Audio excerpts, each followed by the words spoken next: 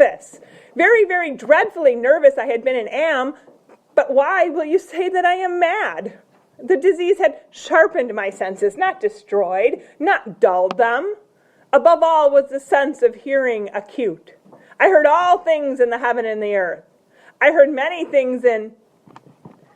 How then am I mad?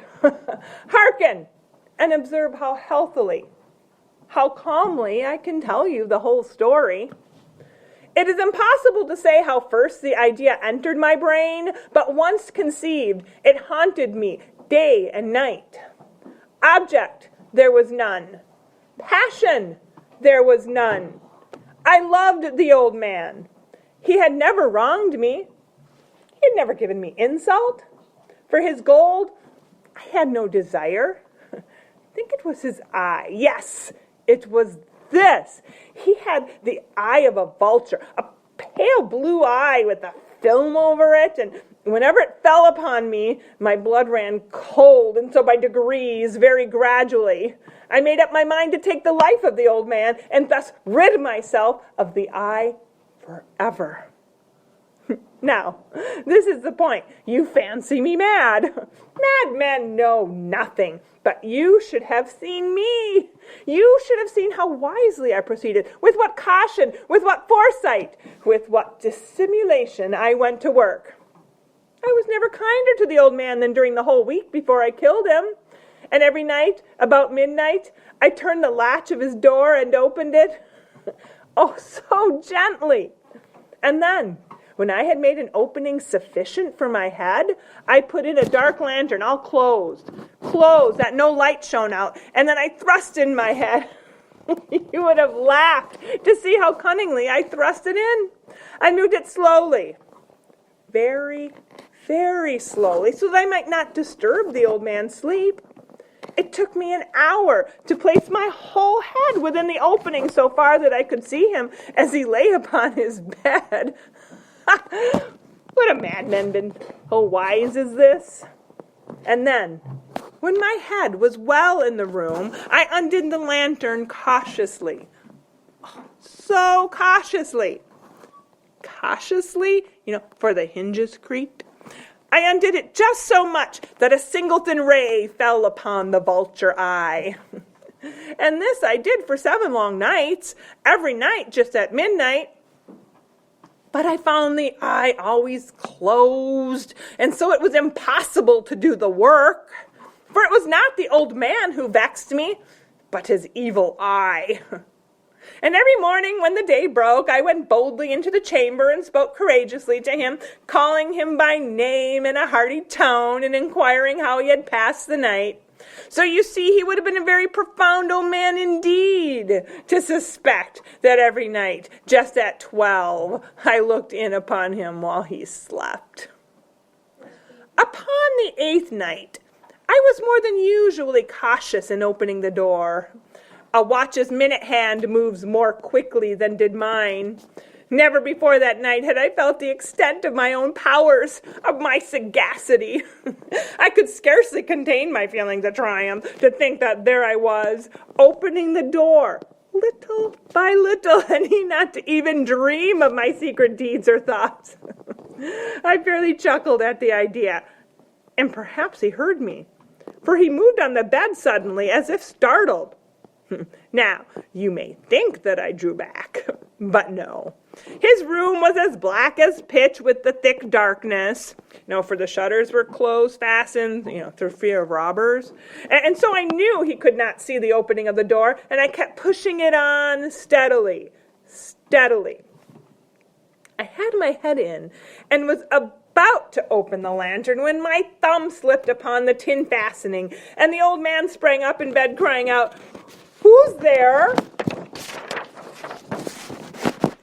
I kept quite still and said nothing. For a whole hour I did not move a muscle, and in the meantime I did not hear him lie down. He was still sitting up in the bed listening, just as I have done night after night, hearkening to the death watches in the wall. Presently I heard a slight groan, and I knew it was the groan of mortal terror. It wasn't the groan of pain or of grief. Oh, no. It was the low, stifled sound that arises from the bottom of the soul when overcharged with awe. I knew the sound well. Many a night just at midnight when all the world slept, it has welled up from my own bosom, deepening with its dreadful echo the terrors that distracted me. I say I knew it well. I knew what the old man felt and pitied him. Although I chuckled at heart, I knew that he had been lying awake ever since the first slight noise when he had turned in the bed. His fears had been ever since growing upon him.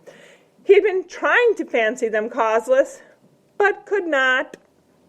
He had been saying to himself, it's nothing but the wind in the chimney. It's only a mouse crossing the floor. Or, it's merely a cricket which has made a single chirp.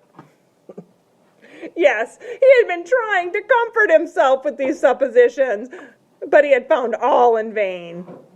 All in vain, because death, in approaching him, had stalked with his black shadow before him and enveloped the victim. And it was the mournful influence of the unperceived shadow that caused him to feel, although he never saw nor heard, to feel the presence of my head within the room.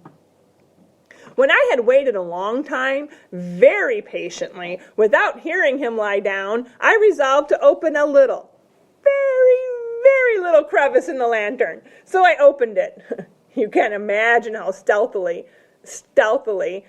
until at length a simple dim ray like the thread of a spider shot out from the crevice and fell upon the vulture eye.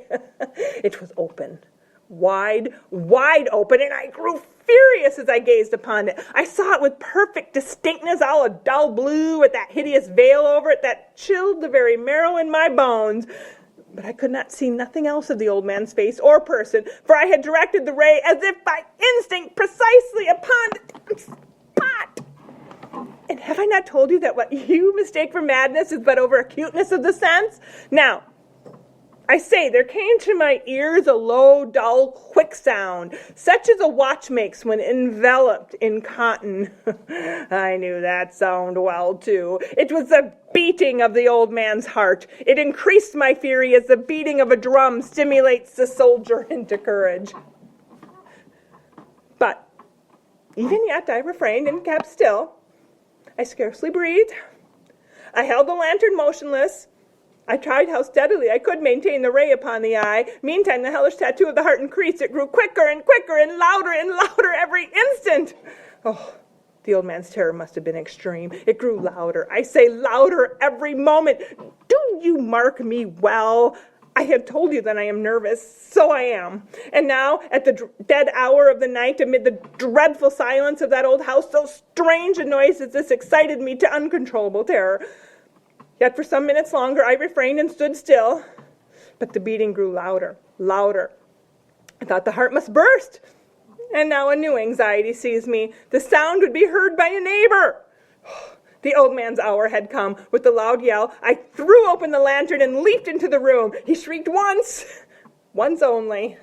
In an instant, I dragged him to the floor and pulled the heavy bed over him. I then smiled gaily to find the deed so far done. But for many minutes the heart beat on with a muffled sound. This, however, did not vex me. It would not be heard through the wall. At length it ceased. The old man was dead. I removed the bed and examined the corpse. Yes, he was stone dead. I placed my hand upon the heart and held it there many minutes. There was no pulsation. He was stone dead. His eye would trouble me no more. If you still think me mad, you will think so no longer when I describe the wise precautions I took for the concealment of the body. The night waned, and I worked hastily, but in silence. First of all, I dismembered the corpse. I cut off the head and the arms and the legs. I then took up 3 planks from the flooring of the chamber and deposited all between the scantlings. I then replaced the board so cleverly, so cunningly, that no human eye, not even his, could have detected anything wrong. There was nothing to wash out, no stain of any kind, no blood spot whatever. I had been too wary for that. A tub had caught all. And when I made an end of these labors, it was 4 o'clock, still dark as midnight. As the bell sounded the hour, there came a knocking at the street door. I went down to open it with a light heart, for what now had I to fear? There entered 3 men who introduced them with perfect suavity as officers of the police. A shriek had been heard by a neighbor during the night. Suspicion of foul play had been aroused. Information had been lodged at the police office, and they, the officers, had been deputed to search the premises. I smiled. For what had I to fear? I bade the gentleman welcome.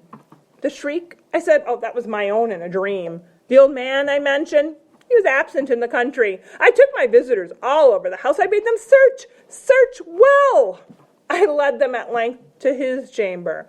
I showed them his treasure secure, undisturbed. In the enthusiasm of my confidence, I brought chairs into the room and desired them here to rest from their fatigues, while I, myself, in the wild audacity of my perfect triumph, placed my own seat upon the very spot beneath which reposed the corpse of the victim. The officers were satisfied. My manner had convinced them. I was singularly at ease. They sat, and while I answered cheerily, they chatted of familiar things, but ere long, I felt myself getting pale and wished them gone. My head ached, and I fancied a ringing in my ears, but they still sat and still chatted. The ringing became more distinct. It continued and became more distinct. I talked more freely to get rid of the feeling, but it continued and gained definitiveness, until at length I found that the noise was not within my ears. Oh, no doubt I now grew very pale. I talked more fluently with a heightened voice, yet the sound increased, and what could I do? It was a low, dull, quick sound, much such a sound as a watch makes when enveloped in cotton.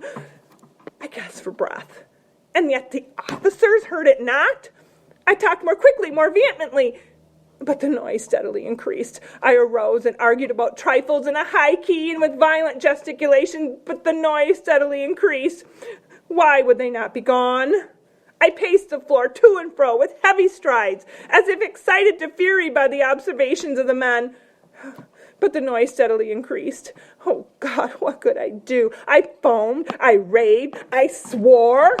I swung the chair upon which I had been sitting and grated it upon the boards, but the noise arose over all and continually increased. It grew louder and louder and louder, and still the men chatted pleasantly and smiled. Was it possible they heard not? Oh, almighty God, no, they heard, they suspected, they knew. They were making a mockery of my horror.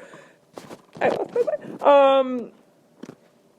This I thought, and this I think. But anything was better than this agony. Anything was more tolerable than this derision. I could bear those hypocritical smiles no longer. I felt that I must scream or die, and now again, louder, louder, louder, louder. Villains! I shrieked, dissemble no more. I admit the deed. Tear up the planks. Here, it is the beating of his hideous heart.